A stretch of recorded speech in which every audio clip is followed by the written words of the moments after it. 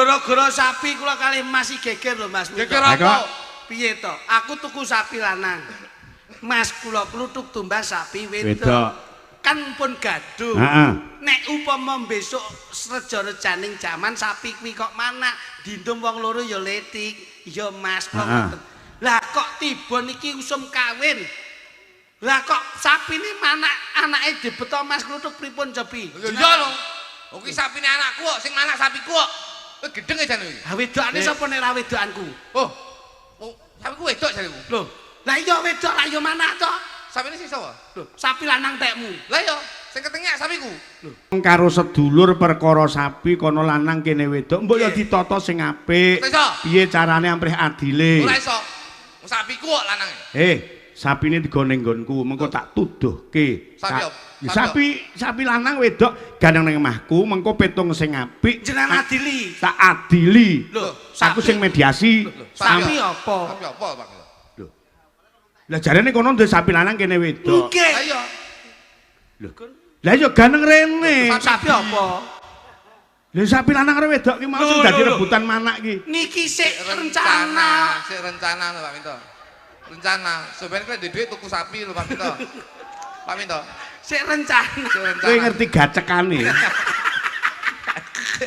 Iki nggon ilmu tuwa tenan. Gusti Allah iki ngene ning endi? Ati Pak Minto. Lah. Lek urung ngerti ora usah ngadep karo Mbah Minto. Mbah Minto ilmune dhuwur. Ketok sampeyan ki rai dalang dukun ketok iki. Mbah Minto. Lho, piye tok kasepane dhuwur. Aja kok sinau ming lagu utawa tembang. Gending we gending. Lah kuwi lho rungokno. Kok kowe ning endi ngene Gusti Allah? Gusti Allah. Ting dhuwur. Alah. Ngono kok dagelan tekan ndi? Dhuwur ndi? Langit sapi tu. Hah? Aduh men. Sapi tu sap siji mbledos lho kowe. Ngono. Ayo. Ngerti ra? Jare Pak Minto. Tekok. Ting pundi Pak? Mbah Minto. Gusti Allah teng pundi, Mbah? Ting pundi Mbah Minto? Gusti Allah ki ning dhuwur lemari. Halo iso? Iya. Kok saged? Aku wingi arep yasinan, Yasinan. Delalah ketuku ki ndek enek tak Ketu napa ning ndi? Kopiah kaget ketu. Ternyata Gusti Allah ki ning dhuwur lemari, bareng goleki mbebeki. Loh, ya Allah, tibake teng mriku to ya Allah. Lah ning dhuwur lemari lho.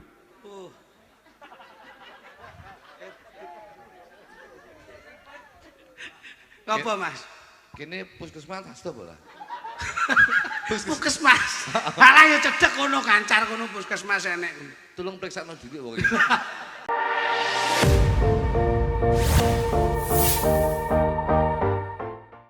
Selak dadi pengarep-arepe sing do mirsani Mas Jo Klithik, Mas Jo Kluthuk monggo katuran minggah dhateng sasana. Kula pasrah tembangipun nyumanggaken dhateng panjenengan Meet in Dujo. Yuk, kaya ngapa dados? Tresnanono sing kaya awakku sing bisa mresnani padha dilakoni apa sing terjadi saling sama cintai jangan menyakiti kau datang milikku ku selalu setia untuk menemanimu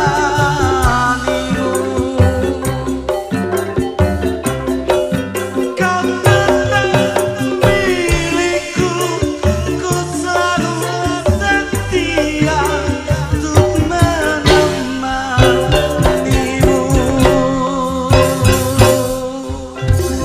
Alhamdulillah. Nggih. Alhamdulillah. Assalamualaikum warahmatullahi wabarakatuh. Waalaikumsalam warahmatullahi wabarakatuh. Salam budaya, salam rahayu sedayanipun Mas Minto. Nggih. Alhamdulillah sowan piyayi. Judeg Judeg tenan iki bengi. babatan. Iki bengi judeg tenan pikiranku. Ayo. Wis jenengan mesti judeg ta? Judeg angine kaya ngene. Oh, tak kira judeg perkara liyane. Ora. Ning alhamdulillah Mas Minto. Kula kali Mas Jo Kluthuk Nggih. tasih dipun tresnani piyayi mriki. Saestu, Pak. Terbukti menapa Terbukti Mas? napa, Pak? Niki kang mirsani wiwit saking Kelompok dadi mriki. siji. Hmm. Oh, wah ya. Loh, kok apa ayo ki piye to?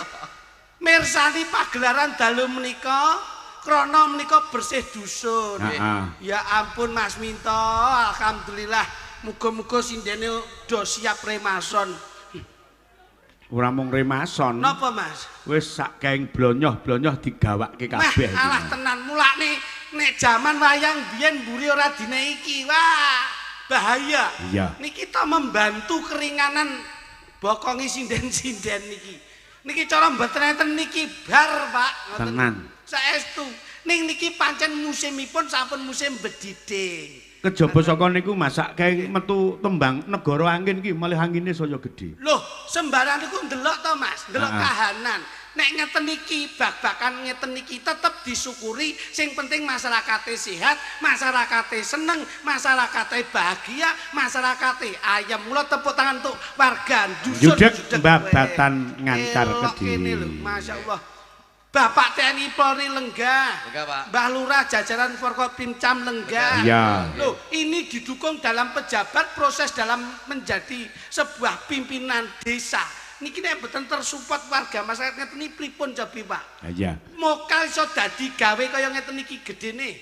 Dusun lho, Pak niki. Kayak napa mulai sing angkat iki RT, Pak. RT. Lah iya. Wah, Ini patut untuk diacungi jempol. Wah. Ing ngatasé RT bisa nggelar Wah. wayang kulit Mboten nganggo bintang tamu. Kula niku main teng pundi-pundi ndereke jenengan. Heeh. Bersih desa. Ku saka anggaran dana, ku saka warga masyarakat sak desa. Nggih.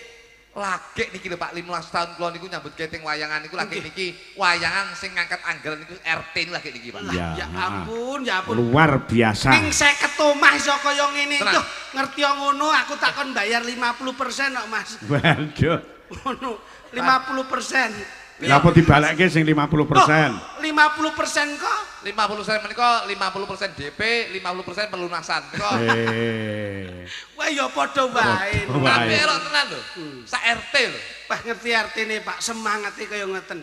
Muga-muga mboten wonten judek tok kemawon, Pak. RT iki nun sewu. Wong ki aja ndelok saka pawakane. Nggih, nggih. Senajan to RT niki cilik dhuwur ireng. Iya ya. Pak Ji, Pak Ji. Cilik dhuwur ireng ya. Lah, Lah kowe iki kok sampean iki ngendika kaya ngono iki mbaya nyawang githoke ngono Lah lho. nggih to, Pak. kok Apa jawab ya sampean iki wong prusuh? niki walau jejer kalih kula. Kula niku wis ireng, kalah ireng karo Pak Ji. Pak. Ngono. Ning enek sing luwih ireng. Napa? Mbah, golekno dhewe. Saniki wis blonjo iki. Pak. Saestu Pak. Wah, berarti warga masyarakat niki RT loro RW 3 nggih Pak nggih. Ya. Terus nggih Pak. Hebat Pak Minto.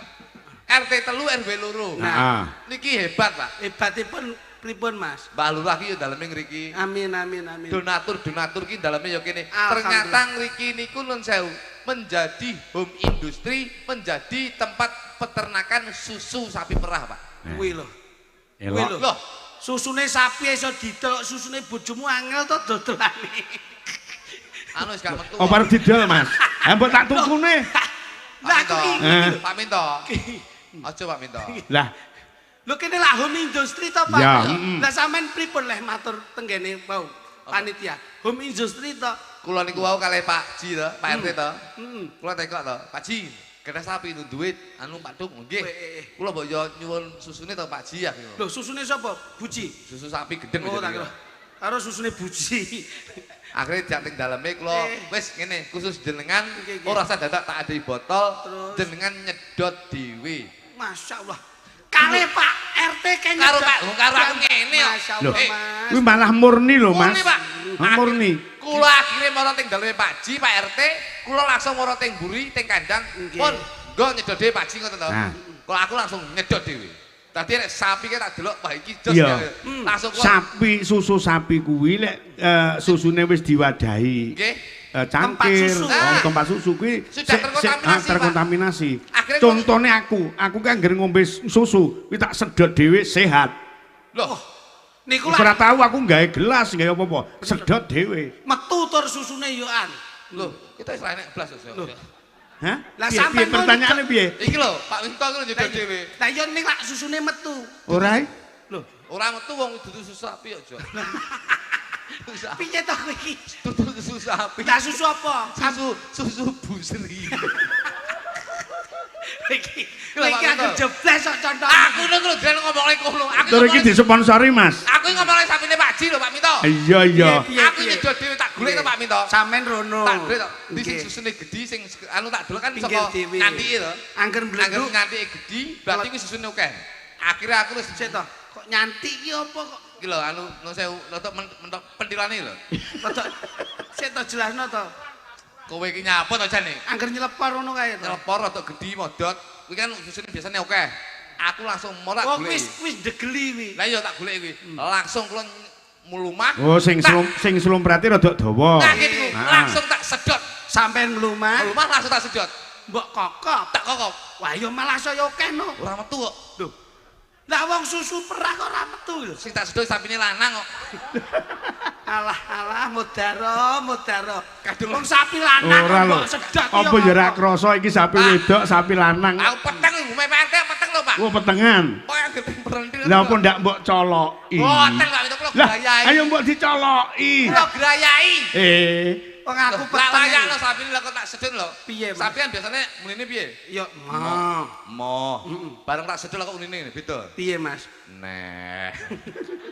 Terus sapine piye? Nek iki hasrat karo mut-mutanmu kuwi.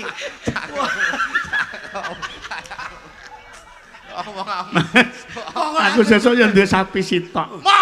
Heh? Aduh. Aku pengen tak sedot. Nah. Gara-gara sapi kula kali Mas iki geger lho Mas. Geger apa? Piye to? Aku tuku sapi lanang. Mas kula kluthuk tumbas sapi wedok. Wedok. Kan pun gaduh. Heeh. Nek upama besok reja-rejaning jaman sapi kuwi kok mana dindum wong loro ya letik. Ya Mas kok ngoten. Lah kok tiba niki usum kawin.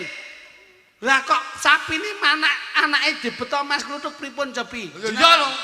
Oke sapine anakku kok sing manak sapiku kok.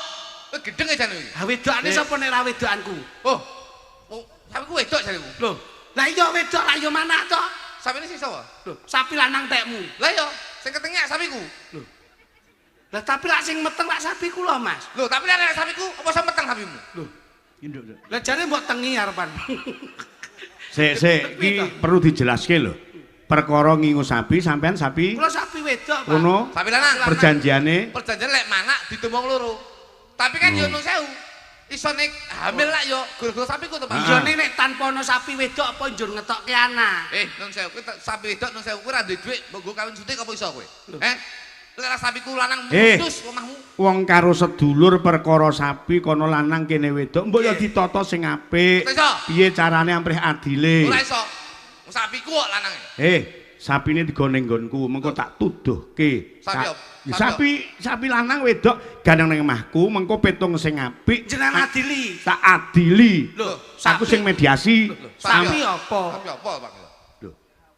Lah jarene kono ndek sapi lanang kene wedok. Nggih. Lah iya. Lho.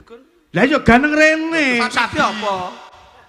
Lha sapi lanang karo wedok ki mau sing dadi rebutan manak ki. Niki sik rencana. Sik rencana lho Pak Minto. Rencana. Sebenarnya kan duit tuku sapi lho Pak Minto. Pak Minto. Sik rencana. Kowe ngerti gacekane.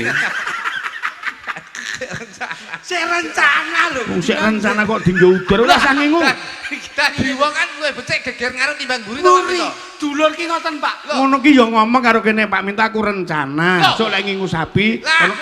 Sing salah ki sampeyan. Lah kok? Lah nyapa lancang-lancang apa ngadili kula? Lah timbangane geger karo dulur. Lho ki ora apa-apa. Nyapa sampean ndak lancang adil kula? Ayo. Wong aku sik rencana.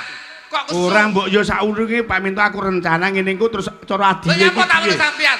Wong iki nyunyul lek duit ora duit kan ora duit ora tuku aku. Sik, kowe iki aja ngeyel. Iki perkara kaya ngono lek diderdah karo dulur ora ngisin-ngisini. Kula tuku sapi. Tuku sapi wong loro lanang wedok dijodohke manak. Lah ya amprih adile aja mopo setugel mongko lek didol bareng padha-padha entuk asile pira-pira ngono. Lah nyapa sik rencana urung tuku kok. Ganjinge. Jenengan ki Sapal Karepku lek rencana ki ngomong sik ngono. Lho nyapa tak ngomong. nek niki jenengan nesu mboten napa-napa niki ora sida kok. Wis rasa tuku sapi. Ora nek duwe kok. Akhirnya aku tuku wedhus. Lah, tuku wedhus ki geger, Pak. Geger lho. Wis ngengkel kowe iki tak omong yo. Nyapa kowe? Kowe lho wedhus kowe. Aku wedhus. Wedhus lho. Kowe lak tuku wedhus pira kowe? Loro to? Loro. Aku tuku wedhus loro. Loro. Wedoke loro, lanange loro. Lah kok salah siji nek sing babaran cempe. Lah kok cempene mbok gawa ya nyapa. Lho iya lho, mangan tegalan. Udura aku ora melu-melu. Musik rencana kakek cangkem. Panjenengan ki mbok ya sing lapang dada. Ngerti pas kene lek menggalih demi kerukunan kok. Mas, kula kalih Mas Kluthuk niki mik nodi. Nodi, Pak. Wong tuwa ki sepira gedene kesabarane. Wong kula niku kalih titik niki nun sewu.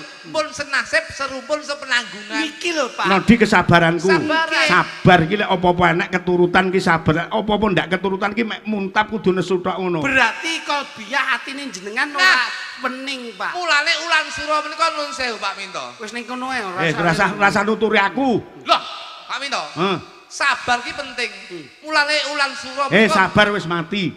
Loh. Masa mati? Wis mati. Kok orang mayat sampean? Kok yo roh lho jane kanca. Ngene lho, mulane babatan. Nggih. Menika pun dados contoh Pak Minto. Heeh. RT ngeneke wayangan dalam rangka suruhan. Amin. Sura menika padha karo jenengan niku sabar. Tegese ngeten. Sura ki surasaning rasa, sura ki wani. Meper nafsu kudu wani. Iya, Sadurunge wani karo wong liya kudu wani karo awake dhewe. Todine ngeten niku. Tegese wani karo awake dhewe kudu ngepet hawa nafsu. Ngomong ngono Mas. Yen wayahe dhewe luwe paribasane ya kudu dimpet. Ulan sura ki apik kanggone bangsa. Nafsu kuwi lek ndak disalurke marai buntet ning pikiran. Pak Minto. Niku sing darani sabar. Innallaha ma'asabirin. Apa wi? Artinya apa Sowi? Sekali merdeka tetap merdeka. Mbok sinau to, sinau ngono lho. Aku pengen nerone awakmu. Sinau nggon tajwid alkidaklake kepiye. Artine lali aku iki. Innallaha ma'asabirin kuwi tegese becik ketitik Allah ketemu. Innallaha ma'asabirin nika becik ketitik Allah. Hei! Wong sabar kekasih Gusti. Hah, niku lho Pak Minto. Apa? Wong sabar. Heeh. Wong sabar ki dadi kekasih Gusti Allah Subhanahu wa taala. Contohnya warga masyarakat wis ngerti, Gusti Allah nggene ning endi? Gusti Allah nggene ning endi? Ayo, tak tekoni. Iki nggon ilmu tuwa tenan. Gusti Allah ki nggene ning endi? Ati Pak Minto. Halah. Lek urung ngerti ora usah ngadep karo Mbah Minto. Mbah Minto ilmune dhuwur. Kita iso ben ki rai dalang dukun kita iki. Mbah Minto. Lho, piye tok kasepane dhuwur? Aja kok sinau ming lagu utawa tembang. Gending we gending. Ndak kuwi lho rungokno. Kok kowe ning endi ngene Gusti Allah? Gusti Allah. Ting dhuwur. Alah. Ngono kok dagelan tekan ndi? Dhuwur ndi? Langit sapitu. Hah? Aduh men. Sapitu wong sap siji bledos lho kowe. Ngono. Ayo. Ngerti ra? Jare Pak Minto. Teko. Ting pundi Mbah Pak? Minto.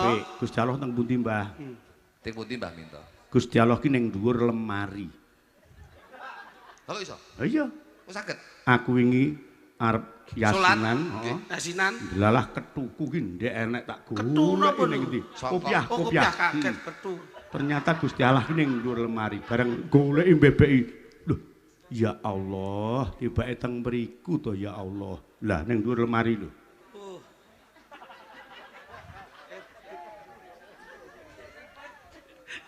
Apa Mas? Kene puskesmas hasto bola. Puskesmas. Halah ya cedhek kono kancar kono puskesmas enek. Tolong periksakno dhisik wong Lho apa salah? Lah kok bareng goleki kopiah mbebeki ndek enek, kopiah ning dhuwur lemari cedhek. Ya Allah, tibake ning kono lho. Gusti Allah ki ning dhuwur lemari. Pak Minto. Dar. Ayo arep ngomong apa? Kuwi ya wis. Lho. Kok ya wis piye to sampean ki? Iki ora dibantah. Argumentasi ki ora kok menika jenengan niku nemokne peci utawa sokok teng riku terus ngucapne alhamdulillah syukur ya Allah teng riki. Sing ngomong sapa? Sing lakoni aku apa kowe? Kula. Jenengan. Lah iya. Sing lakoni Mas Minto iki sing lakoni aku kok ngeyel. Kuwi jenenge papan gone. Nah beda lek kono Mas ya. Lho kene. Momong golek cethuk ora? Ya Allah, tibake jenengan teng mriku. Kono mesti misuh lek cethuk. Nek misuh mboten Pak, niki caestu lho. Niki wong magriban teng mriki. Sujud nganti suwi lho Pak. Lah kuwi lho. Sujud tak ki suwi. Suwi ki ora mergo sujud aku. Tak kowe kusuk kuwi. Untukku kecalon sajadah kok. Tak kira lehmu kusuk tenan. Kayak bego ya. Rumangsane iki lho. Mula ngeten lho, Pak. Niki bersih dusun. Ngilangi Sukerto sekalaning dusun. Nggih niku. Piye amprih iso tata raharja tentrem ayem Gemah Lipah lo Jinawi mriki lak pun maju pesat to Mas. Nyapa? Mau guyon, saiki mau man serius ya. Loh serius ya iso serius, guyon ya guyon. Kok piye to? Mambengi ya wis serius. Sing nimbali RT 3 RW 2. Yen dijumlah 5. 5 kuwi ngelingke manusa kang urip ning alam donya manembah marang Gusti Kang Arya Jagat salat 5 waktu aja ditinggalne. Alhamdulillah. Pancasila ya aja sampe ditinggalne. Tegese adik kudu nuruti utawa manut kudu rukun Islam lan padha karo adik pasaran 5. Pasaran 5 berarti adik kudu manut karo tatanan ning agama. Kiblat 4 5 pancer. 5 pancer niku kok kabeh enak.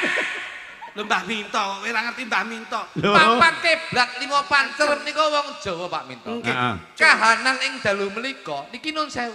Awake dhewe oleh guyon. Ning kudu ngerti kahanane donya iki kaya ngapa.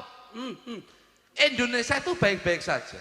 Tapi secara internasional sekarang itu sedang tidak baik-baik saja. Sebabnya Mas, kalau internasional itu tidak baik-baik saja, Indonesia terkena dampaknya. Contohnya nun sewu, Selat Hormuz diblokade Amerika. Apa sing dikeremus?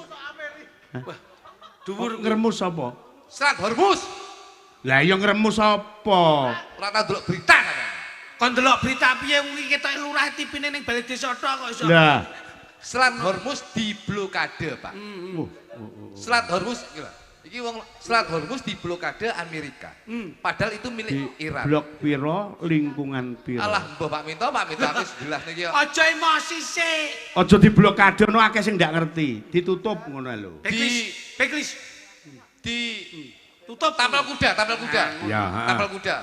Loh, tampil kuda. Tampil kuda. Kudane apale sing ditapeli? Sikile Pak Minto. Terus sing ditapeli ya tapeh niku wae. Iku tawang wis gane kuwi aja aus. Kanu iki omongane ngeten lho Pak. Heeh. Ngeten kula sing ngonceki. Jawa Jawi Jiwi. Nggon surasaning rasa ki kepiye ben iso meper hawa nafsu. Tegese mripat ki dingge melek kaya bengi niki tirakat. Mula nggon sawab ridone saka Gusti Allah nggon sura niki lak tembunge Jawa. Nek nggon tembunge agama kuwi lak Arab tembunge lak apa kuwi Arab lho. Sura ki Jawa. Jawa, lek Arab ki innalillahi. Piye ta kowe? Satu Muharram. Wah jan iki angel eran Jawa. Muharram. Lah kula niki dijak tirakat. Piye ben carane wong kuwi ngerti hawa siklus BMKG niku pripun. Mula cumlorote apa kae lintang kemukus kuwi kena dingge titikan. Nek ngalor kuwi titikane apa? Lor ki nun sewu sakala lor ki sakala wong tandur panen angel, sakala menika sing saged dipun arani pagebluk. Lho, ama akeh. Ama akeh, Pak. Kuwi nek cumlorote ngalor. Kuwi nek lintang kemukus kok cumlorote ngetan. Ngetan ki paribasane sing madangi donya ki saka wetan.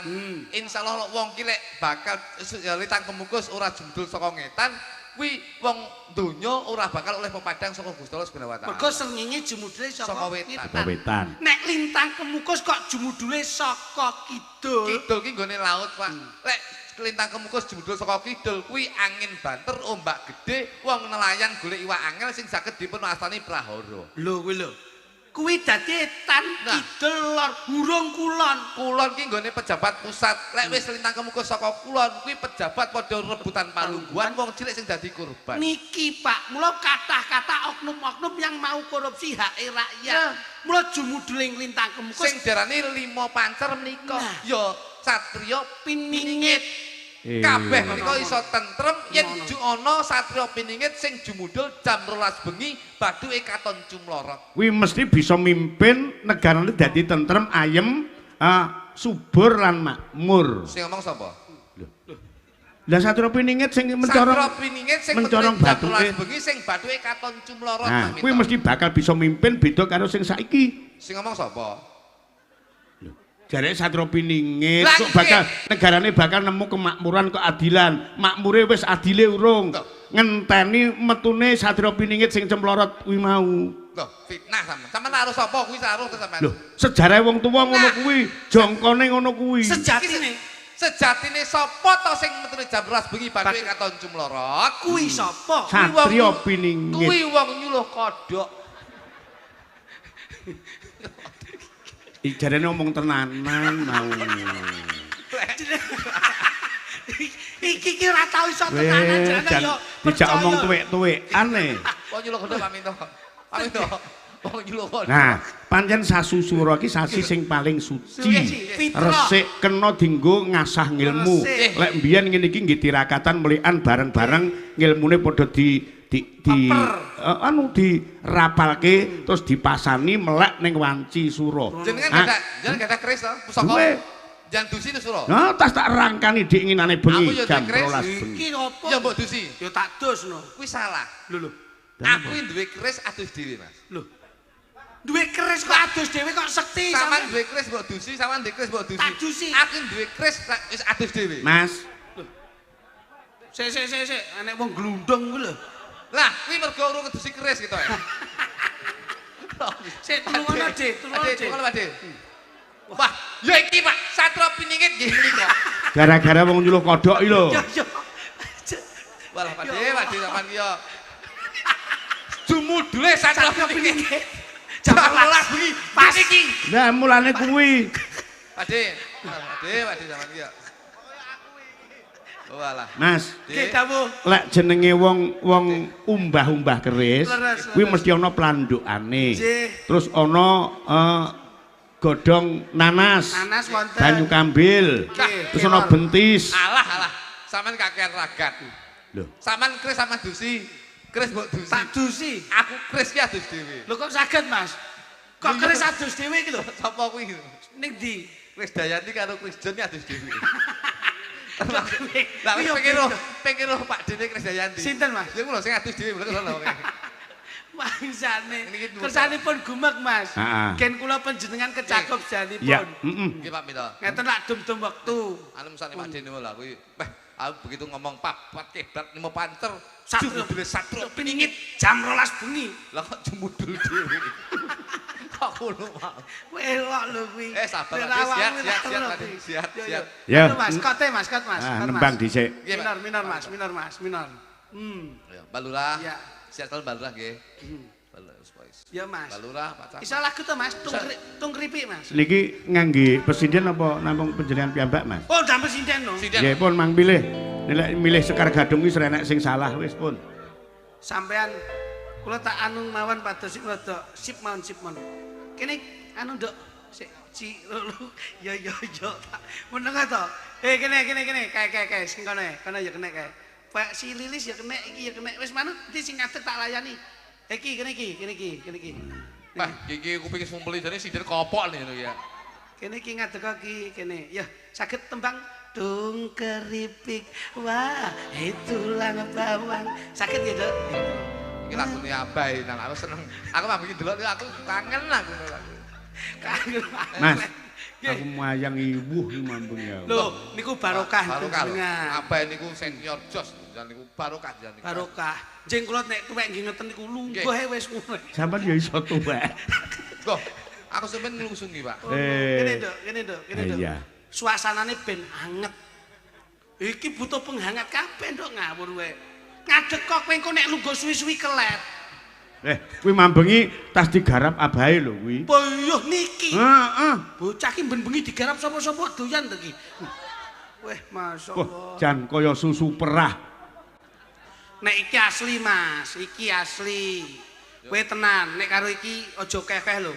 Susu nek kakek elek. Nah. Kok iso? Loh. Kowe iki lak ngerti vitamin, ngerti gizi to. Boleh ngombe susu. Nek kaken susu ki elek. Apik awure. Elek. Kok elek? Domi. Apike ya mek loro lho. Nek kaken berarti perengkil ngono. Malah kaya kire. Nduk, Kiki sama Om Klit. Kowe iki nyapu. Gendeng rono. Loh, kleru to. Kleru. Rono. Oh, berarti kula kalian iki. Oh, karo aku, Mas. Dadi sapi wedok lemu, sapi lanang kuru. Yo. Mergo kergo kowe kuru kesedot sapi wedok. Ngono. Sapine ndak tau mentil ta, Mbak? Ki apa neh iki? Laknya apa? Kok mentil ya? Sapa sing mentil? Ya kuwi mah. Ndak ngono malah. Ora apa-apa lek jenenge sapi ki umpama diarani jan sapi iki lek diperes isuk iso 6 liter. Mergo pentile dawa lek sapi ora apa. Lek wong aja ngantek muni pentil wong. Tapi wong iki nyonto kaya sapi, Pak. Sik to, kuwi kok malah cetha iki lho. Aku ki menehi tulodo. Tulodo. Tembung wong Jawa ki tergantung penggunaane lho nggih. Nah, katanya itu bagaimana? Susune mben isuk diperah 15 liter mergo pancen cucuk pentile iki dawa ndlawer. Ning aja ngantek muni lek perkara pentil iki pentile wong saru. Enggak boleh. Nah to, ade meneng to, sing ngomong lah ya iki. Sing ngomong. Aku ngomong apa? Iki mau. Apa? Oh, pentile wong. Oh, no. Coba aminar Dek. Wah, godi men. Muka satu nada, naik satu nada. Ayo. Cara Gede malah larang. Naik satu nada apa, Dek? Sing ngomong sapa? Sapi gede ya larang. Gede lek greng. Loh, Sapa omong lek gedhi larang? kenapa? Alah. Kurungan jagoe gedhi ya murah. Larang jerone ya Pak Minta ya. Coba Minta. Larang jerone. Wong ki apa-apa ya mesti larang jero. Kondektur karo direktur kuwi beda. Nyambut gawe ning. Direktur ki nggone ning jero, mahal gajinya. Kondektur ning jaba, murah. Beda wong ki. Lara ya ngono. Nek kowe lara jantung karo lara larang jero.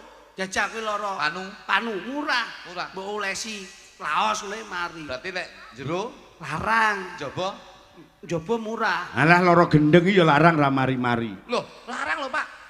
Jero kan sing diserang. Nah, Pikiran. pikiran jabane tetep sehat, Jabane sempurna. Padha karo sinden iki. Piye, Mas? Jaba ya murah, jero larang. Loh, kok iso? Jare iki 350.000. Heeh. Jerone larang kuwi. Ayo tuku 350. Ayo. Nek ra duyui raimu kowe. Ono. Setrite. Coba pikotnya pinten, Mas? Coba. Kapal api, kapal udara, Memang kamu yang aku cinta. kapal selam main kitiran, Siang dan malam menjadi pikiran. andeca ya bola boli, andeca ya bola boli. Sing ngendang ki ajake kakean gitu. Tak omongi campuramu joge-oge. Marahi kendangmu mbok wae stiker tisu magic kuwi. Dadi malih anu wis. Ah Mas Minto ki ra tau leren dadi yo lumrah kanca-kanca capek. Yo njajah. Oke.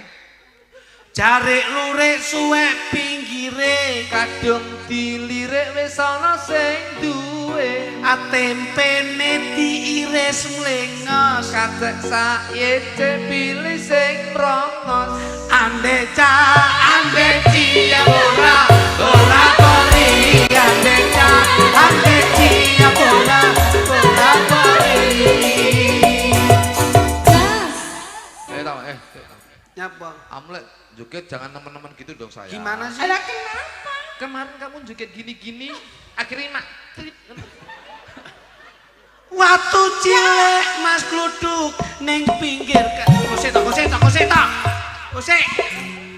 Basa melek gagapen kok iso. Basa melek.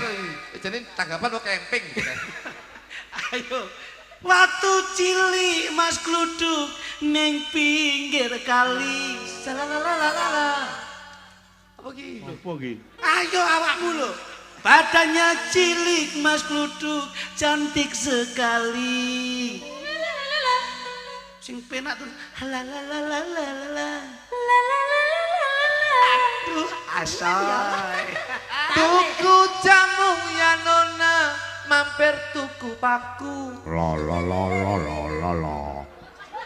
Suara apa neh? Apa, Mas? Belenono tuh. Medeni iki satu apininge iki ketok. Satu apininge tuh. Tuku jamu ya nona, mampir tuku paku. La. Satu apininge. Aja kaget kowe. Lho, jajal. Niki ya ora suaraku ya cilik kok. Belenono. Tuku jamu, mampir tuku paku. La.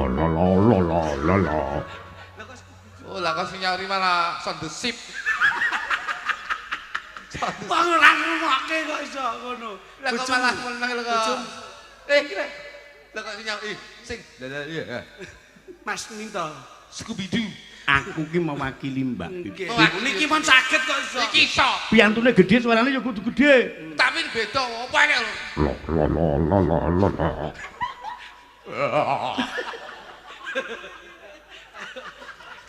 Senengane makem kuwi ngene lho. Scooby Doo. Lambemu kok lataman. Aku anu perantara. Kok Scooby Doo ayo baleni kote. Tuku jamu yang nona mampir tuku paku.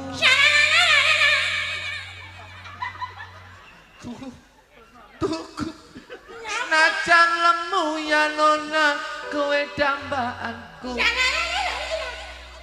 Aku gila sih. Nikmatono sik to, nikmatono sik. Nikmatono. Pring kuning Mas Gluduk mangklung ning. Pring kuning. Nggih. Satene enak. Hah? Satene enak. Iki parikan. Satene piye? Ya, Satene napa? enak. Lah. Wong iki tembang kok iso. Tembang malah kok Lho, marung. teges iki tak elekke pring kuning iki satene enak. Satene enak, satene enak. Sing mari enak sene satene, Pak. Napane? Lambene. Hah?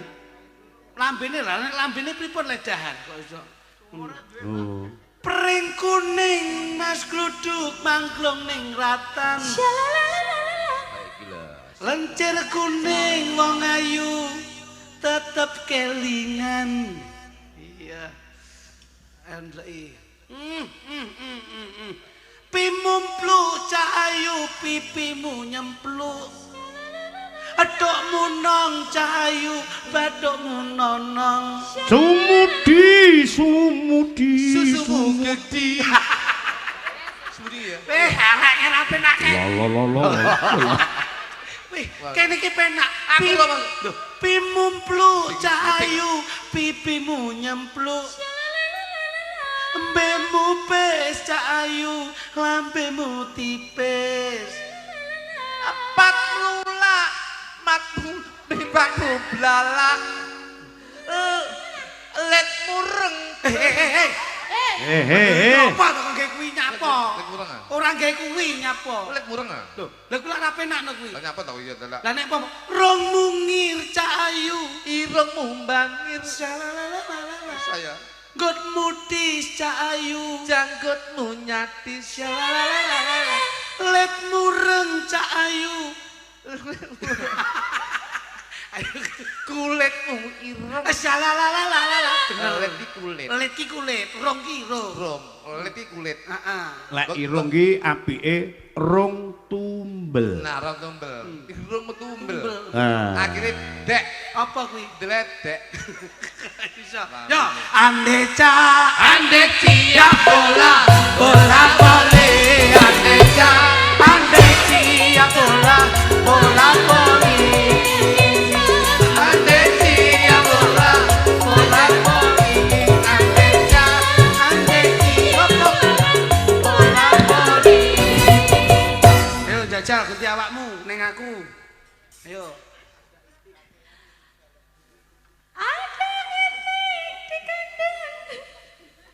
Oh, kita ayu kentir ya gitu.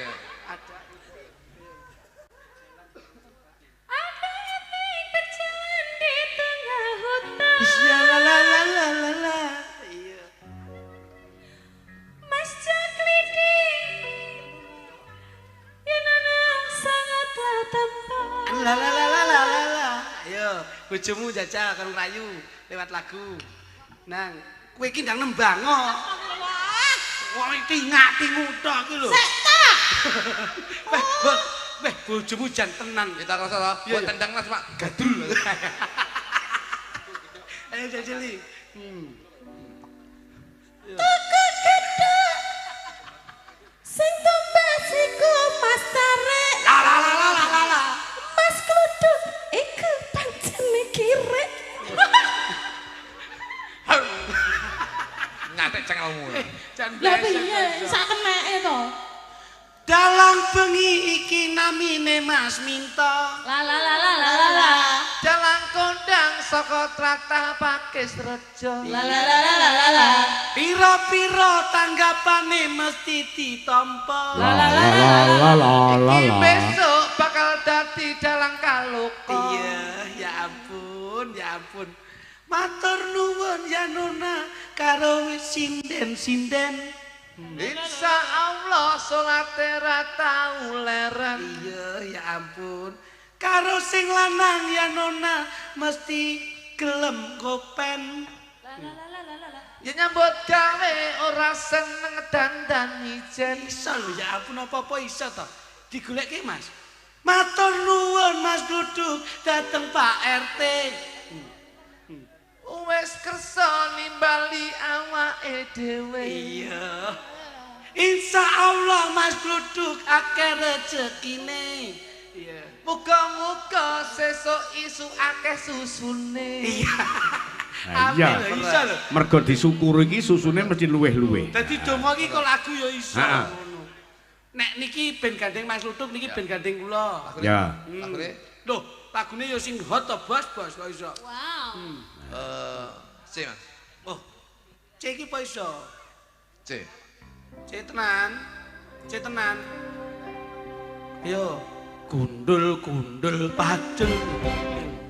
Batok ndasmu. Tak cocok ngomong. Lumpat lo. Nah, iki disponsori Mas Klidik Ya, sangka KCG Motor. Ini. Ah, terus Kembang Bir Group, Nggih. Warteg Suronedo, Bintang Kehidupan, ugi Berkah Amina, Kale sapine sapa? sapine sapa? Nun sewu. Wong lek kreatif kaya ora wong kene iki. Pripun Mas? KCG motor sponsor. Digambari motor barang. Endi to Mas? Oh, wis minggu. Ya. Wah, nabrak denggelmu ya iso. Nah, ini motor iki lho, motor ilang. Kok dulure Satrio Piningit mau. Kono kon bawa awake dhewe sing nyeponsori. Oke. Nah, coba. Satu. Lho. Bawane rada enak. Ayo jajal. Gerajakan Banyuwangi saged to, Dok? Oke, siap. Ya. Saged mboten? Agem bawa kembiang Mas. Nggih. Yo oke, sip. Lho kuwi lho, iki engko aku tak sing dadi iklan. Ayo dadak ngono. Ngalit. Tuh, kene, Dok. Nah, kamu Dok, kamu siaran TV. Oh. Wis ngene lho. Ayo ndang.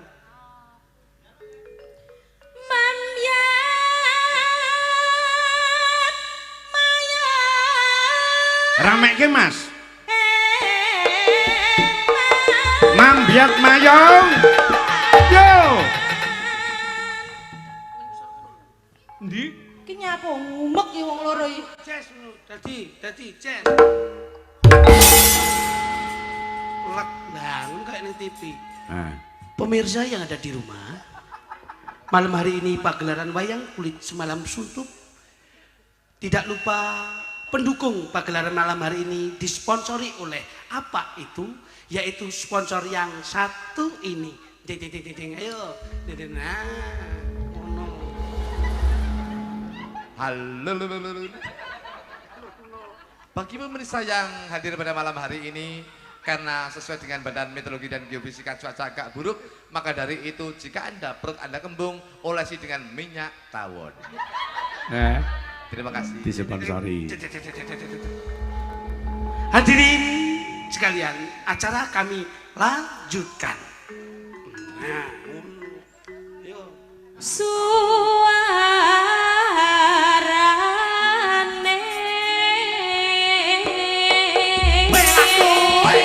Oh, suarane Yo.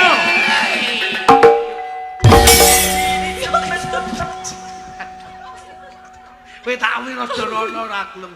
Hadirin pemirsa yang ada di rumah, selamat menikmati tontonan budaya Jawa Timur dengan acara Selaras dan Sehati bersama Ki Minto Darmono malam hari ini. Mohon maaf salah kata.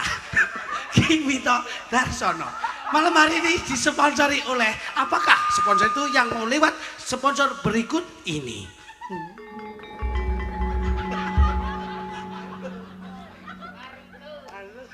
Halo. Bapak-bapak, ibu-ibu, jika Manda kulit keseliu, badan keseliu, capek-capek, jangan lupa pakailah goyuk cap panas.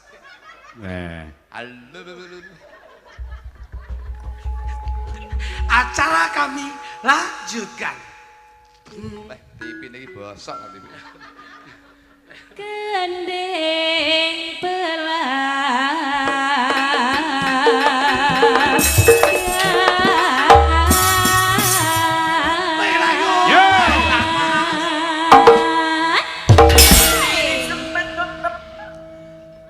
Pasti Anda penasaran dengan sponsor-sponsor yang sudah mendukung pagelaran malam hari ini. Pemirsa yang ada di rumah, mari kita beristirahat sejenak mengikuti iklan yang melewat berikut ini. Iya.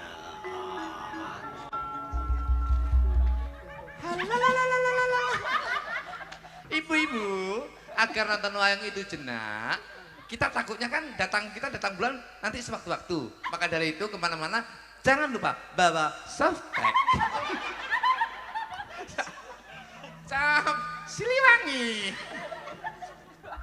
Acara kami lanjutkan. Kira TV apa ya? nyaram nyai. Oh, ayo patus. Yo.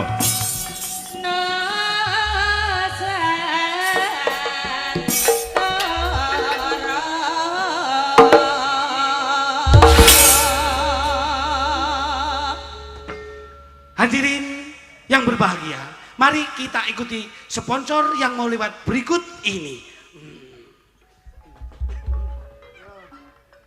Nami kula Pak Miun. Kula kenging penyakit kopokan. Sak samunipun kula berobat ngene Pak Nur, alhamdulillah kopok kula rada suda. Matur suwun Pak Nur.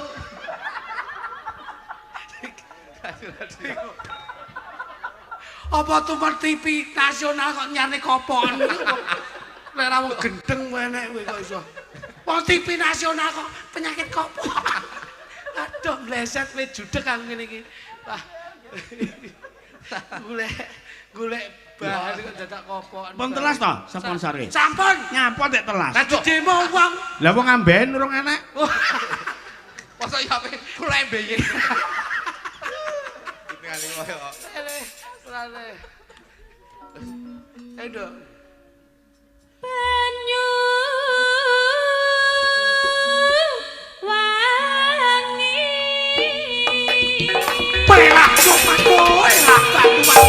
Loh, iman lo. Satu lagi Mas. Angkat lagi tuh tak tumpuk. Lah lu kowe. Iya, angkat.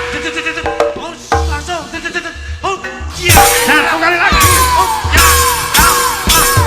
Jingkir. Ya. Kula Pak Miun. Sasamunipun kula jengkleng, emben kula kumat. Ah jenengan kok Pak Minto, Pak Minto. Wong kok iso lehmu rena-rena.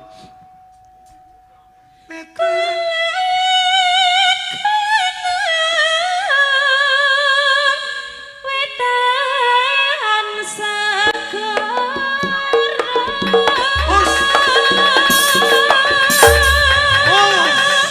Oh, ya. Ini pena.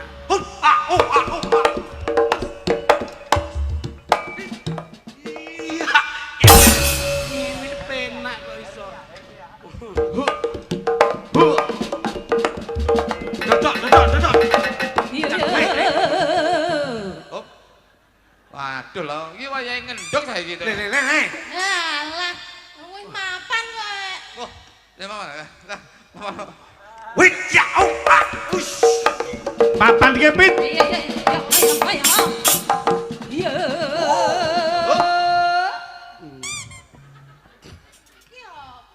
Nyapa Mas Luduk? Nyapa? Wayahe meres iki. Kurang ajar. Edan. Nyapa mbok golekne ada? Sak liter 40.000. Ki ngono wis ora metu. Ngawur ae. Sing lanang nganti ngenes lho kuwi. Lara lan kedol alas angkel.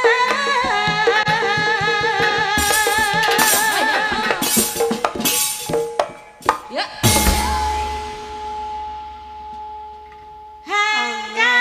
Hangkalingat liwat.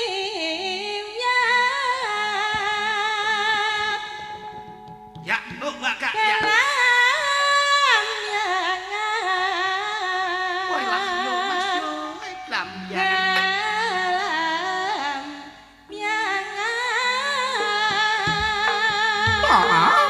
Ambangan.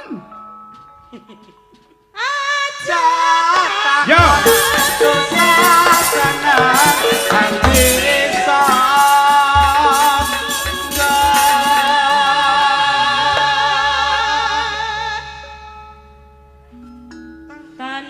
tanah India. Mas Luduk.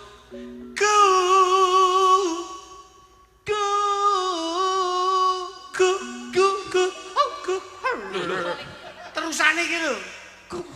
Gumlayaring. Aku nek mbok Ora gumleyaring, Mas. niku lho maring ganggu ilate kok iso. Ora lah nyanyi kowe iki sing ora dilagi lagu rusak. Gumalaring. Wah, gumalaring. Daman. Teman. Taman Maka pahlawan. Loh, Taman Sari Daman. Sari. Sik to Om, aja kesusut to. Pelan-pelan dulu. Sakira Om. Om Daryanto. ngejake slow bocah iki pelan-pelan dulu. Taman Sari Nuswantara. Belamyangan Belamyangan gumelaring Taman Sari Nuswantara. Belamyangan Belamyangan gumelaring Taman Sari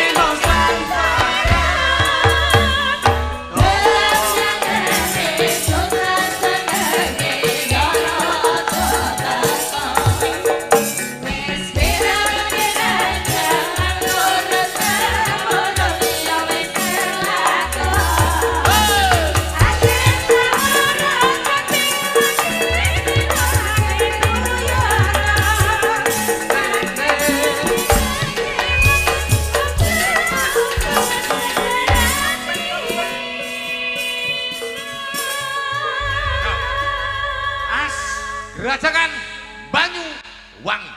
Dados. Yo.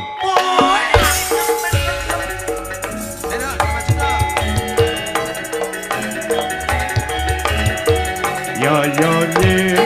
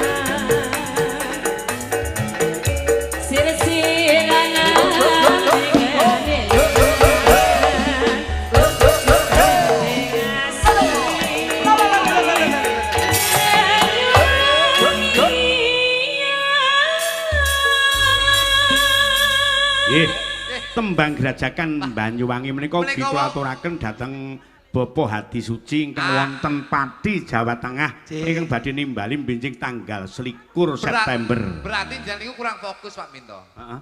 Niku wau senes lagu Grajakan. Apa? Niku wau metrik Grajakan kalih gelang alit.